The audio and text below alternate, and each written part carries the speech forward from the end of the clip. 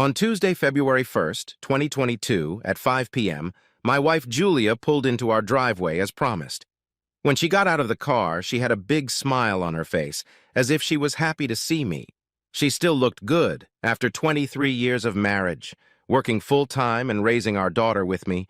She could still turn the heads of much younger men as she walked by. She ran up to me on the porch and gave me a hug. She tried to kiss me on the lips, but I turned my head away and she kissed my cheek instead. I think that move may have been what made her think I wasn't as excited to see her as she was to see me. "What's the matter, Barry?" she asked. "You should be happy that I'm here because it means that after my absence I realize even more than before that you're the man I want to spend the rest of my life with." I laughed, but it was insincere, and she knew it. I wasn't going to say anything yet. And finally the silence proved unbearable for her, for along with the silence in the air of the cold February day, there was a noticeable chill in my silence. "Barry, what's wrong? I'm here, aren't I? I know I brought our tentative separation down on you rather abruptly, but I really felt I needed to get away and think seriously about us. Maybe it was the hormones affecting me, but more than anything, these last 3 weeks have shown me what an amazing man, husband, and father you are. At any rate, Barry, these past 3 weeks have strengthened my resolve to devote myself to you for the rest of our lives." I still said nothing, and about that time she noticed 2 suitcases standing on the porch next to the door. Puzzled, she looked at me again and asked, "What are they doing here? Barry, what's going on?" At this point, I realized it was time for me to speak up. Calmly, I said, "Well, Julia, now that you're back from your trial separation, it's time for me to start my trial separation." From the look on her face, I could tell this was not what she expected me to say. "Your trial separation?" she exclaimed. "Why do you need a trial separation?" I laughed again and said loudly, "Who says I need a trial separation? I don't, just like you didn't need a trial separation either. But it was obviously what you wanted, and given how much fun you had at your split, I think I want to try my own.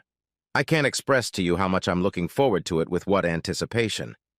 The beautiful blonde sales rep I met at last week's conference in Atlanta that first week you were gone seems interested in trying to sell me some more product, and I'm hoping she will use very aggressive tactics to convince me.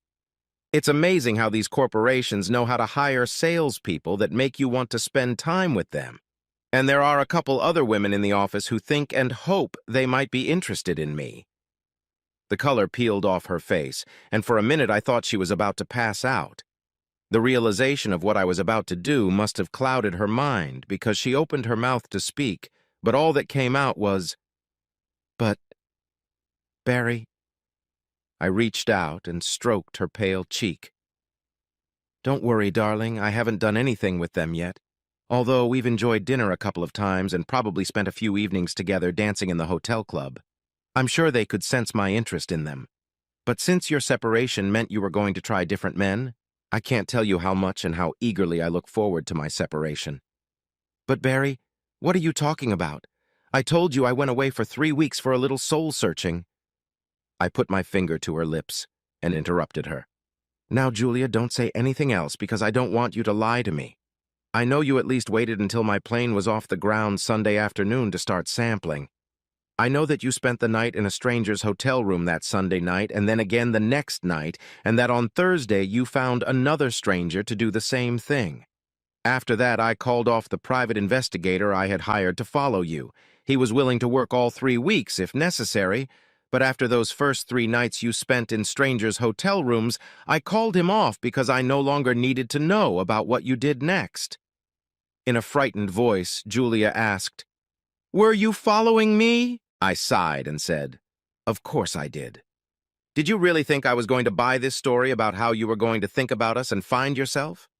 I don't know why you decided you needed something or someone else, and frankly, I don't care anymore. I just know you were telling a very rotten story, and I wasn't going to rely on you telling me the truth when you dragged your cheating ass back here."